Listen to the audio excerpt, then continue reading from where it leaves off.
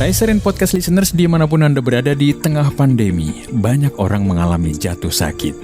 Bukan hanya fisik, pikiran, atau secara rohani, tetapi juga perekonomian, bahkan kehilangan anggota keluarga, kerabat, maupun sahabat dan relasi. Dalam kondisi ini, yang dibutuhkan adalah suatu penguatan, kebersamaan, sehingga kita tidak bergumul atau merasa berjuang sendirian. Dan untuk itu, dibutuhkan sebuah keberanian untuk terus belajar percaya bahwa Tuhan Sang Maha Pencipta tidak akan pernah mengabaikan kita, siapapun, apapun, dan bagaimanapun keadaan kita. Rise Podcast episode kali ini kembali menghadirkan inspirasi kolaborasi KBC Peduli. Dan kita akan mendengarkan testimoni para penyintas COVID-19 dan special message dari Paulus Bambang, Board of Advisor Kingdom Business Community. Kita akan mendengarkan testimoni, sharing experience, pengalaman spiritual dan sosial tentang bagaimana sikap hati dan mentalitas para penyintas dalam menghadapi COVID-19 di keseharian, dan tentang bagaimana proses menemukan keberanian untuk belajar percaya akan kemahakuasaan dan kedaulatan Tuhan dalam setiap kondisi dan situasi yang ada, apapun dan bagaimanapun keadaan kita. Selamat mendengarkan.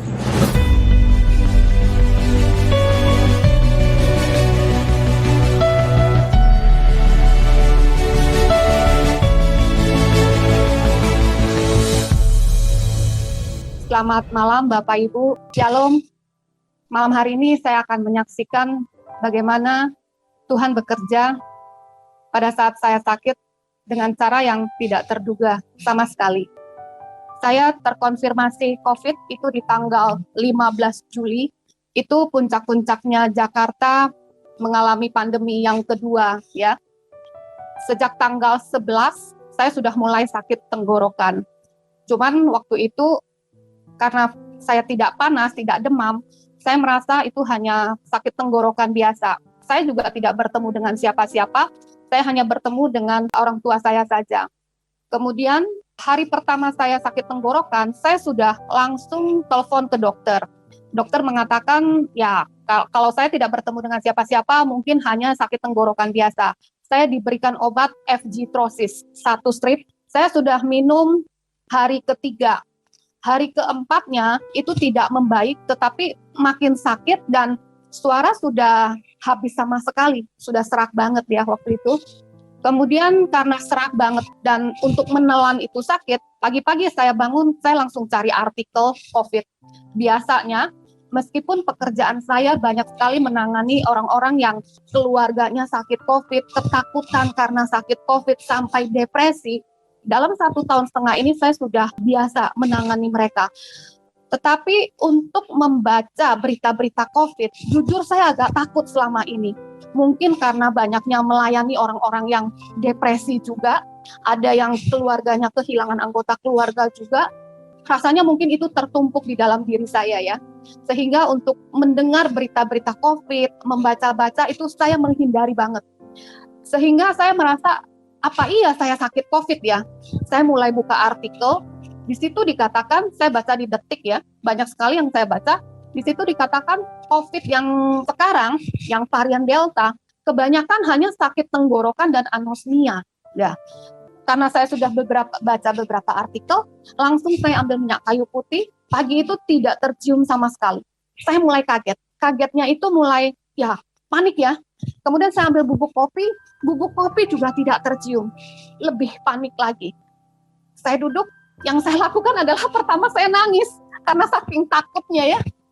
Saya mulai berpikir, ternyata 2 minggu yang lalu, lebih kurang 10 hari, mama saya sakit. Ya, sampai saat saya anosmia itu mama saya belum sembuh.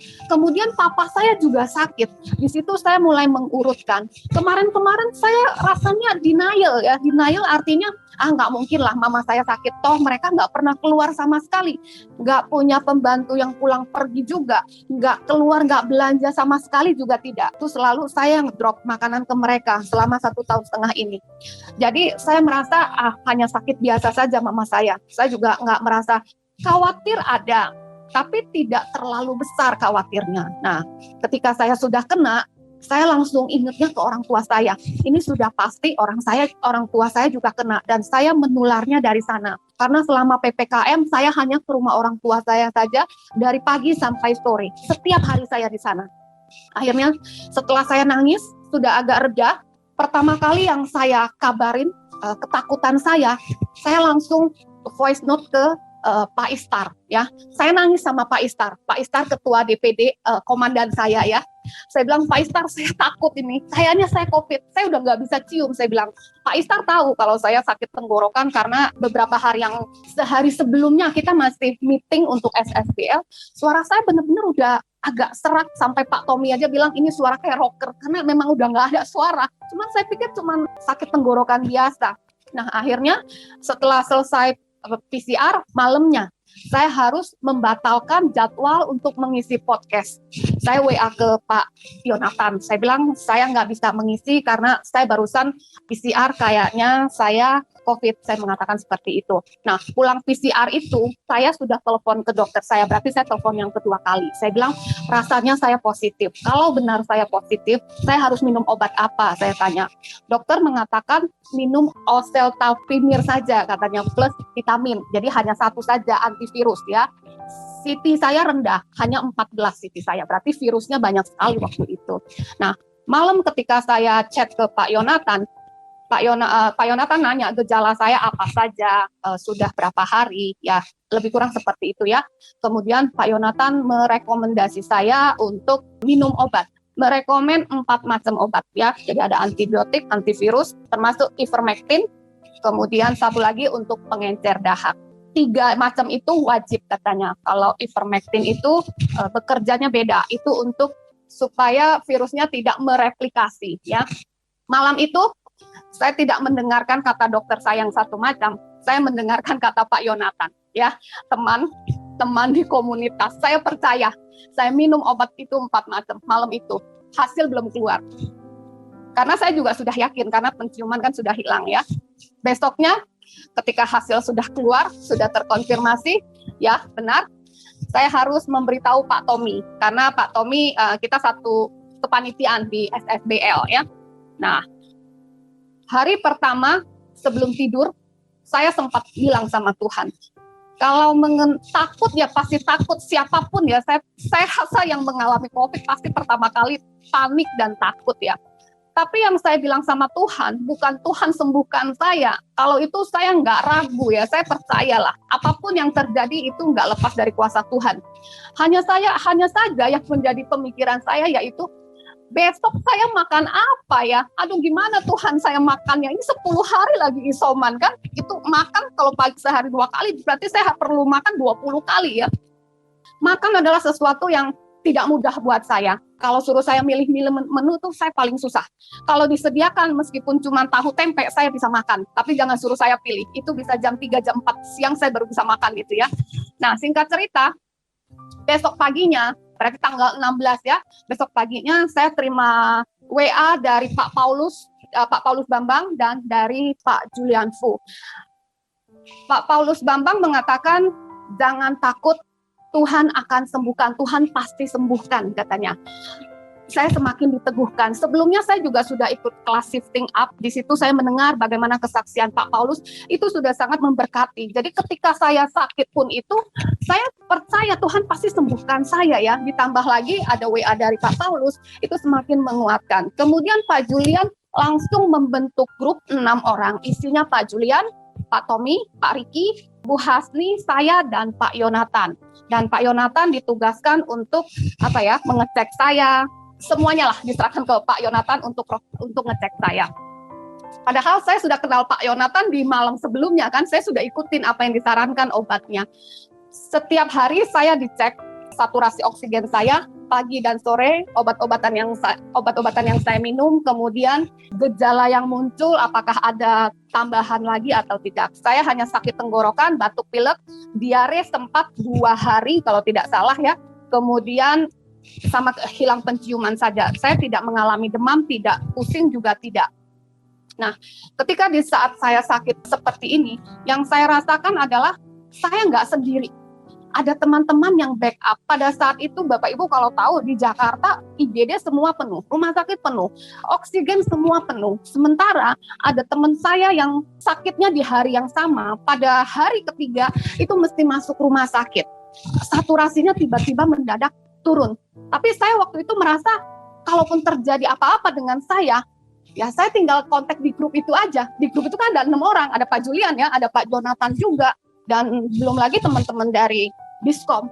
Dan selama saya sakit, nah ini yang belum saya ceritakan ya, yang menyiapkan makan saya, mengirimkan herbal selama 7 hari, dan pagi sore ya herbalnya, kemudian untuk makannya saya, siang dan malam, itu dikirim dari Pak Paulus dan Bu Sylvia, yang sebelumnya saya nggak kenal. Kalau cerita ini bisa panjang ya, tapi singkat cerita, saya merasa pimpinan Tuhan, kemurahan Tuhan, itu benar-benar menyertai saya lewat teman-teman di komunitas.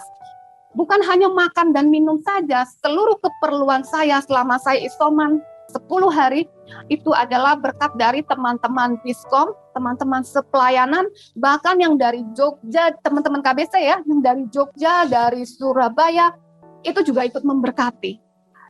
Dan ini bukan pertama kali komunitas begitu perhatian, begitu totally ya, care-nya itu kelihatan. Ini bukan pertama kali. Ini adalah yang kedua kali saya alami. Yang pertama adalah ketika 5 tahun yang lalu ketika suami saya meninggal, teman-teman KBC juga yang mendampingi saya, yang mensupport saya dan membuat saya terus grow. Ini teman-teman dari komunitas semua. Sehingga ketika saya sudah sembuh 10 hari, saya main ke rumah mama saya, tapi saya tidak masuk ya. Di depan saja kita bertemu.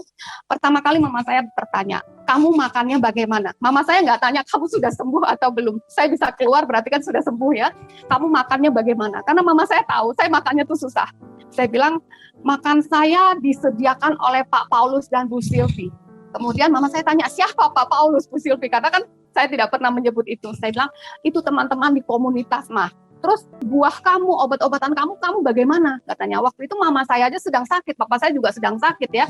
Saya juga fokus ke mereka. Saya bilang, semuanya disediakan oleh teman-teman komunitas. Saya disupport semua doa, apalagi ya, semua video-video tentang khotbah Pak Junaidi juga kirimkan ke saya. Pak Heru dari New Zealand juga WA, kemudian Pak Tono dari Surabaya, dan masih banyak lah ya teman-teman di pelayanan itu. Benar-benar sampai rasanya saya lupa kalau saya sakit ya. Hari Sabtu, hari Minggu sudah ikut lagi doa di DPD Jabar Jakarta. Di sana teman-teman Bandung, DPD Bandung itu doain saya juga. Kemudian sudah meeting SSBL juga, sudah meeting dengan fasilitator juga. Saya merasa senang banget ya, saya ada di dalam komunitas ini. Saya tidak sendiri ketika saya benar-benar merasa down, saya merasa takut, dan teman-teman semua yang support. Dokter pribadi saya punya, obat-obatan, vitamin, semuanya saya dicukupkan. Sampai hal yang paling penting buat saya makan, itu juga Tuhan perhatikan. Tuhan bisa kirim Pak Paulus yang menyediakan. Acara ini belum ada. Jadi kalau Pak Paulus mengatakan KBC hadir bukan pada saat saudara senang, pada saat situasi kondusif, tetapi dalam situasi yang sulit KBC hadir. Saya merasakan. Dan itu benar-benar tidak dibuat-buat. Teman-teman luar biasa. Saya berterima kasih buat Pak Paulus, Bu Sylvia, Pak Julian, Bu Vivi. Bu Vivi juga mengirimkan essential oil buat saya. Dan sepanjang saya pakai oil itu, saya tidurnya juga enak. Pak Yonatan yang dengan setia tiap hari ngecek kondisi saya. Teman-teman sepelayanan, teman-teman di Biskom, semuanya saya merasa aman, saya merasa safe, saya ada di dalam komunitas yang luar biasa ini. Tuhan, tentu saja saya terima kasih sama Tuhan. Kalau bukan Tuhan yang gerakkan, saya percaya teman-teman juga tidak melakukan ini semua. Dan akhirnya saya benar-benar sembuh, saya pulih. Saya tidak ada batuk lagi sama sekali, semua tidak. Dan saya bersyukur saya ada di dalam komunitas ini. Grow in truth, grow in competence, grow in care. Saya benar-benar mengalami semua.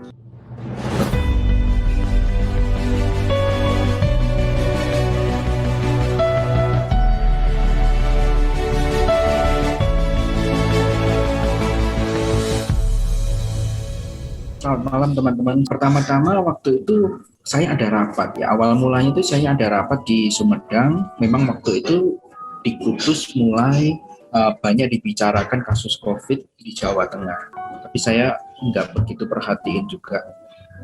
Dan setelah saya pulang dari Sumedang yang harusnya memakan waktu 6-7 jam, itu bisa molor sampai 10-11 jam, teman-teman. Padahal malam itu saya ada acara makan-makan di Klim dengan anak-anak Klim Solo. Dan di ending acara saya baru tahu bahwa Tuhan izinkan saya terlambat itu ada maksudnya. Dan oke, kita kembali lagi. Setelah saya pulang dari Sumedang, karena terlambat saya nggak hadir di acara makan-makan itu. Besoknya saya demam. Beberapa hari kemudian saya demam. Saya pikir, ini kecapean aja dah. Saya nggak terlalu perhatiin juga. Tapi semakin kesini kok rasanya kok seperti gejala COVID ya. Mulai dari demam, diare, tulang-tulang ini sakit semua. Ya, dan besoknya lagi indera penciuman saya hilang.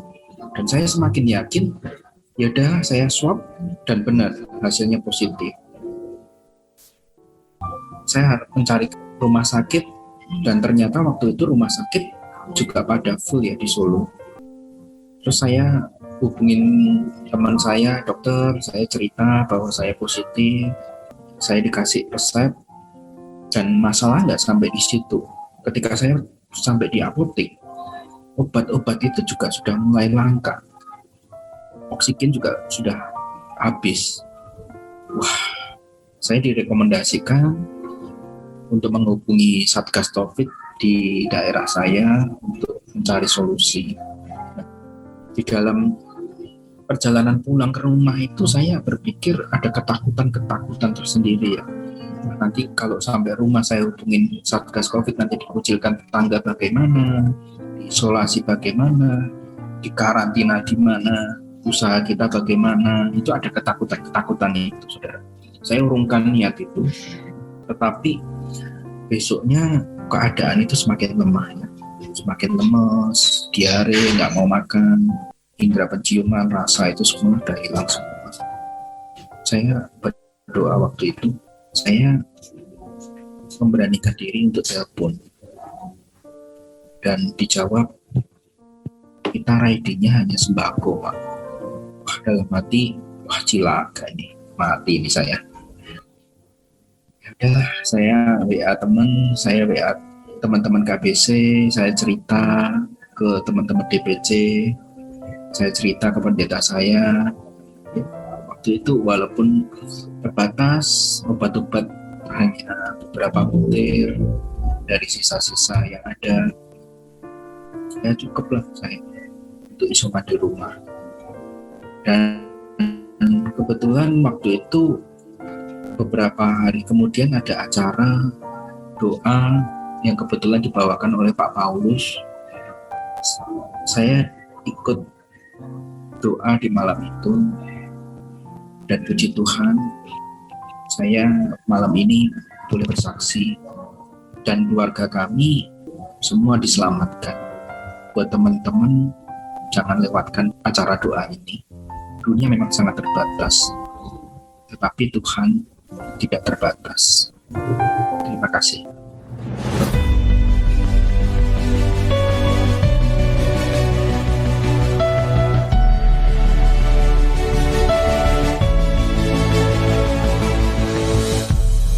Rise Rand Podcast Listeners, salah satu hal yang paling meneguhkan kita adalah fakta bahwa ketika kita berada dalam lingkungan dan komunitas yang selalu bertumbuh dalam kepedulian dan saling menguatkan satu sama lain, kita bisa menemukan bahwa kita memang tidak pernah merasa berjuang sendirian.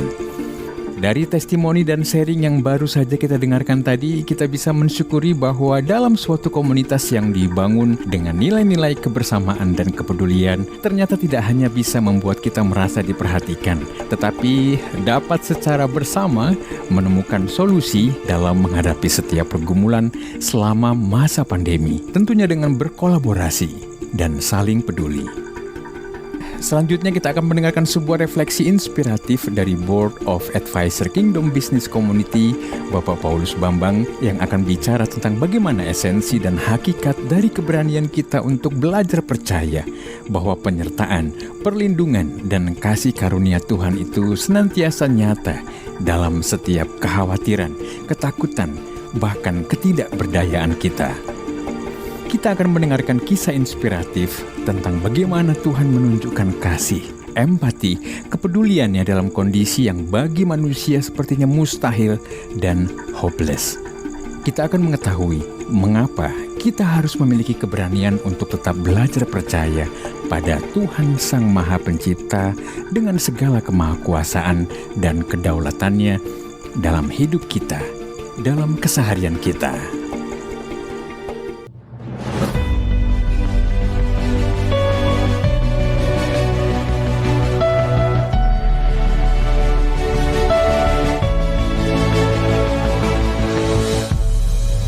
Namanya Lazarus.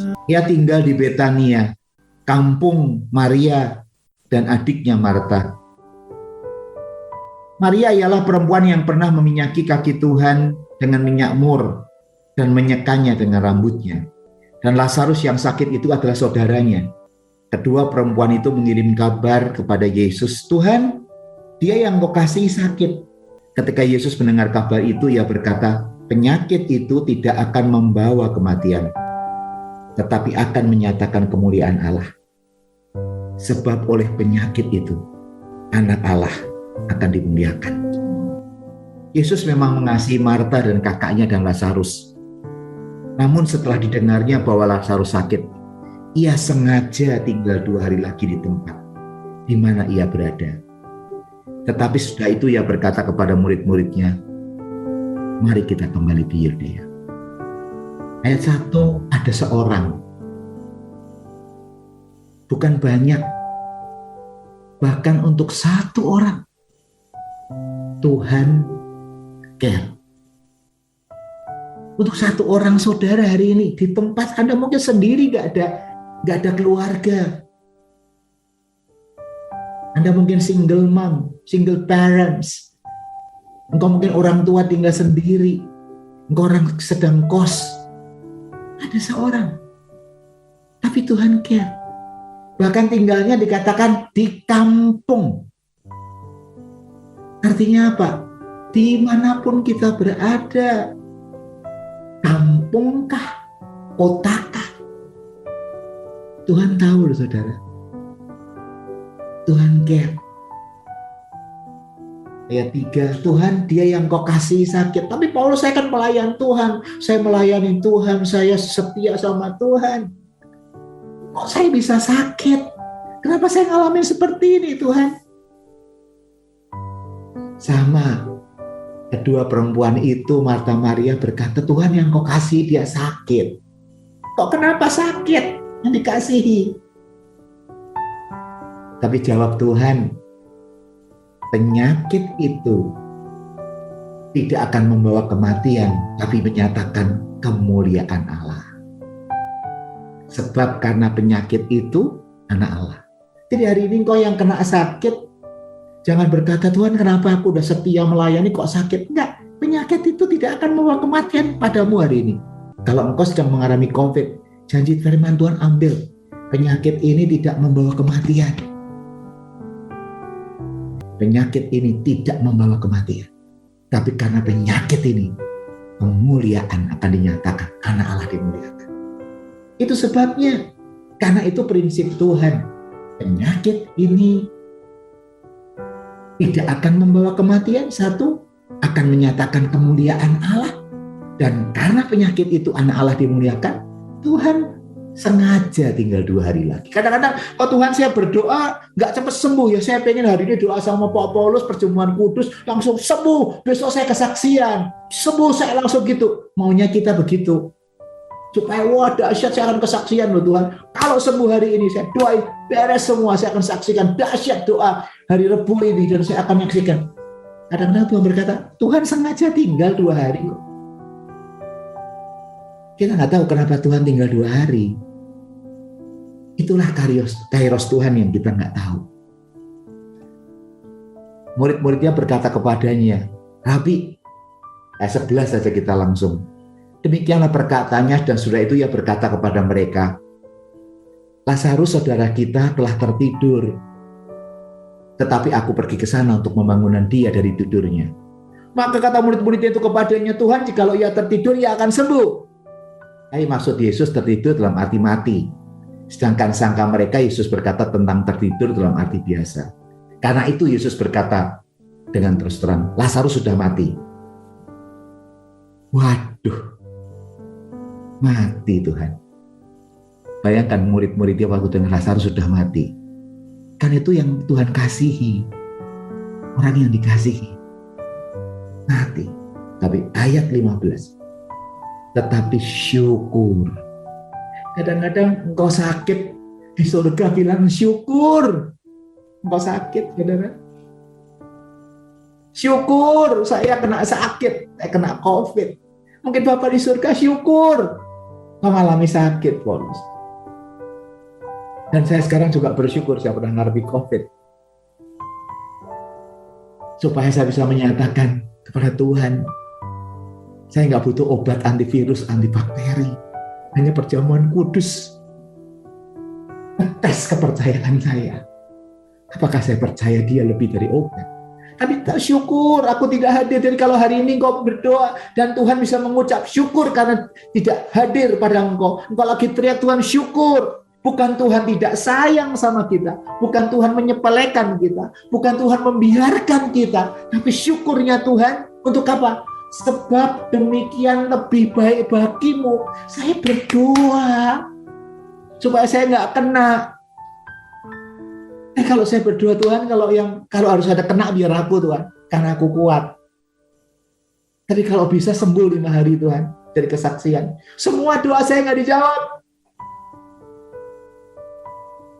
Saya pengen 5 hari kelar. Dan untuk kesaksian nggak dijawab. Seminggu 5 hari malah turun dari 27 ke 12. Seminggu naik lagi 21 nggak dijawab. Sampai saya memutuskan tanggal 15, 8 hari ke-8. Saya percaya hanya dengan perjamuan kudus saya akan sembuh. Saya tidak makan obat antibiotik, tidak makan antivirus, tidak makan yang lain-lain. Vitamin, hanya vitamin C, D, E. Itu rupanya apa? Saya bersyukur. Tuhan tidak menjawab saya 5 hari sembuh. Saya sekarang bersyukur. Karena itu lebih baik buat saya. Supaya apa? Supaya aku dapat belajar percaya. Dan begitu saya belajar percaya, nggak minum obat antivirus, antibiotik, hidung saya nggak bisa mencium apa-apa. Mulut saya pahit. Kepala saya memang pening sekali. Nggak bisa ngapa-ngapain. Pening berat kepala saya. Hidung nggak bisa cium. Justru waktu saya percaya sama Engkau Tuhan, nggak minum antivirus, antibiotik, malah begini. Saya bersyukur sekali lagi Tuhan nggak jawab langsung doa saya. Butuh waktu 2 minggu untuk saya bertahan dan supaya aku dapat belajar percaya. Hari ini Engkau mungkin sedang teriak, kok nggak sembuh-sembuh Tuhan? Di mana Engkau Tuhan? Gusti ora nate sare, saudara. Tapi kenapa dia tidak hadir? Dan dia bersyukur kalau dia tidak hadir waktu itu menyembuhkan seperti saya mau. Ternyata itu buat saya, bukan buat Tuhan. Itu lebih baik buat Paulus Bambang. Kalau aku tidak menjawab doamu, supaya Paulus Bambang belajar percaya. Kalau di bisnis banyak mujizat, sekarang COVID percaya nggak kamu perjamuan kudus? Dagingku adalah benar-benar makanan, darahku benar-benar minuman, supaya kamu dapat belajar percaya. Setelah itu dia berkata, mari kita pergi sekarang. Ayat-ayat ini berkata, di mana Lazarus? Tuhan, marilah lihatlah. Kata orang Yahudi, lihatlah betapa kasihnya kepadanya. Tapi beberapa orang di antara mereka berkata, ia yang memelekkan mata orang buta, tidak sanggupkah ia bertindak sehingga orang ini mati? Maka masgulah pola hati Yesus, lalu ia pergi ke kubur. Kubur itu sebuah gua ditutup dengan batu. 3 kali di dalam Yohanes 11. Masgul, ayat 35, menangis, dan ayat 38, masgul. 3 kali Yesus. Karena orang tidak percaya. Kata Yesus, angkat batu itu. Hari ini, sebelum kau disembuhkan, Tuhan bilang angkat batu itu. Batu itu apa? Kepercayaan. Jangan percaya utamanya sama obat. Percaya sama Yesus. Obat itu hanya saran. Ulangi. Batu itu harus kau angkat. Kalau kau mengandalkan ini, kalau saya nggak minum obat ini nggak sembuh. Kalau ini kayak sembuh ya. Itu kau percaya kepada batu. Lambang kematian. Kau harus angkat. Obat ini saya makan karena tubuh butuh. Orang Tuhan menciptakan dokter untuk menolong saya. But I put my trust in Jesus. Angkat. Angkat. Angkat batu itu. Hari ini, angkat batu itu. Percayamu sama dokter boleh, tapi angkat batu. Imanmu hanya sama Tuhan. Percayamu boleh sama obat, tapi imanmu sama Tuhan. Tuhan sudah berbau, sudah 4 hari. Firman Tuhan katakan, bukankah sudah kukatakan kepadamu, jikalau engkau percaya, engkau akan melihat. Hari ini, saya mau tutup dengan kalimat ini. Tuhan berkata, Tuhan sengaja tidak menyembuhkan kita, minta doa kita segera selesai. Termasuk saya, doa selesai tidak. Saya butuh 19 hari untuk negatif pertama dan negatif kedua 24 hari. Dan setelah hari 24, saya harus muntah 4 kali, ke WC 9 kali. Sebelum acara shifting up, tidak bisa makan, lemes. Sampai makan bubur aja saya pakai air. Iblis nggak mau. Nggak bisa makan itu. Tapi waktu saya sudah lulus belajar percaya, ayat 40 muncul. Jikalau kamu percaya, kamu akan melihat kemuliaan Allah. Saya tetap pelayanan malam itu di Shifting Up. Hari Sabtunya, saya tetap pelayanan SSBL. Dan saya tengking. Dan saya melihat kemuliaan Allah. Tubuh saya masih lemah. Hanya kemuliaan Allah. Hari ini, saudara. Mungkin tidak semua sakit, tapi engkau punya saudara sakit. Hari ini saya mau tantang engkau. Jangan pernah mengeluh. Jangan pernah berteriak kenapa. Semuanya ini ada supaya kita dapat belajar percaya. Kalau engkau sudah percaya. Kalau engkau sudah percaya. Kalau hari ini engkau percaya. Yesus menyembuh. Obat hanya sarana. Engkau akan melihat kemuliaan Allah di dalam hidupmu. Mari haleluya. Haleluya sekali lagi.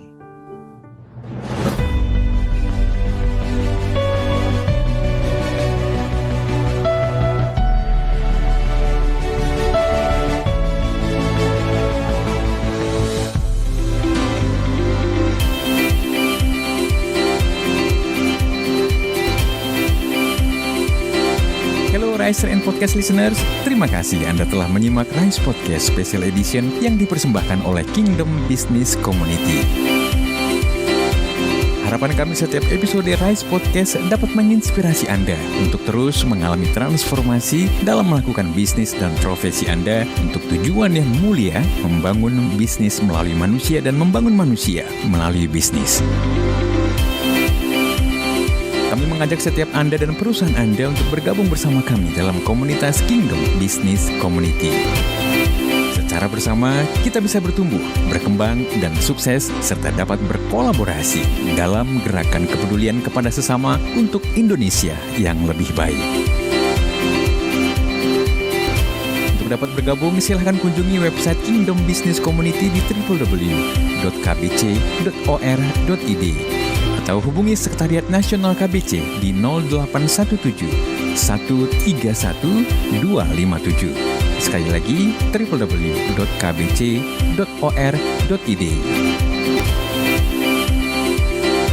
Rise Podcast Kingdom Business Community. We podcast with heart. Sampai jumpa.